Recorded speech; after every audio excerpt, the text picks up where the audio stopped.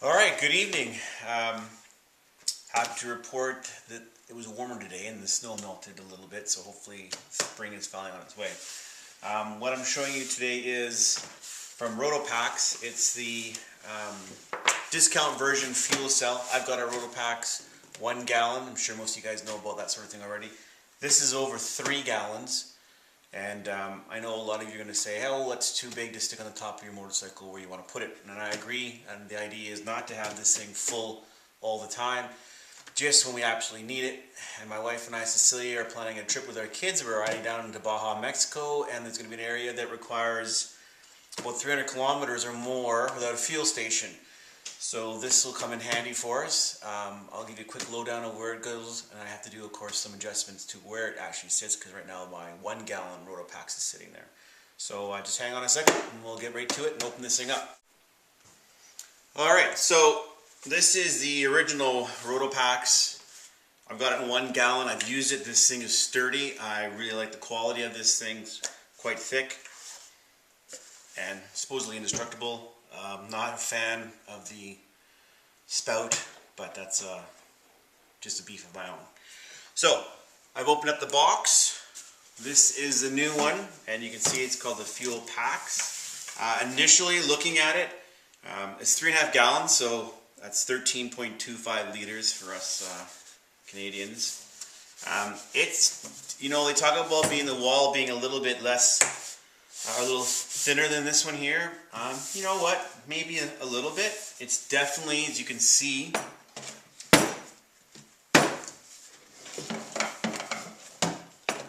big. It's definitely a big boy compared to this one. That's okay. I totally think this will work just fine for what we need it. Like I said, most times maybe I'll have 5 liters in it, maybe I'll have 10 liters in it, and then for that trip to Baja, 13 liters, that makes sense. But when I'm not using it for the big trips, I'll have this little guy to use instead. Alright, so you can see here, this is how it sits on my wife's bike, Cecilia's. There's a little bit of space here for the passenger, not a lot, luckily our kids are still small. But when this guy comes off, and you can see we've had to modify a plate to the back to hold it here. When I put the big guy on,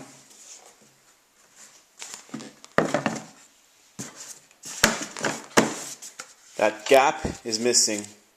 So, and you can see, I'll back up here more for you, it's quite the size. But I like the fact that it's flat. I can put another bag on top when we for the camping gear, clothing, tools, whatever.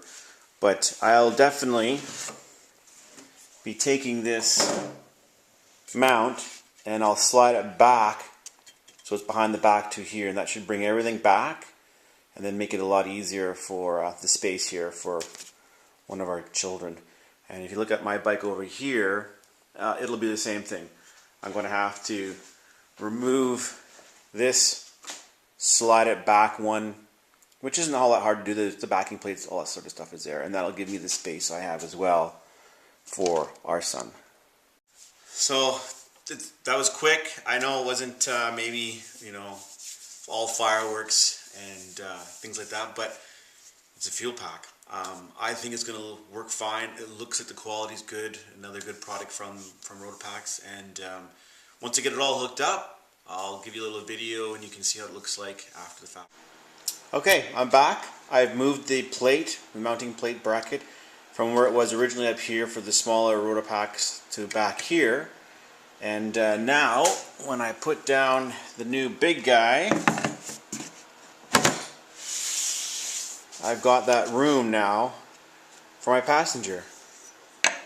This goes back in, and the same mounting brackets work for RotopaX as they do for the FuelpaX. And yeah, I think that'll work out just fine. Like I said, it's on the bigger side, but I don't plan on filling it up full all the time, just the odd time. And when I'm not needing something such large as one, I'll go back to my little 1 gallon guy. Anyway, I hope you enjoyed it. Don't forget, please like my videos and subscribe to my channel. Take care.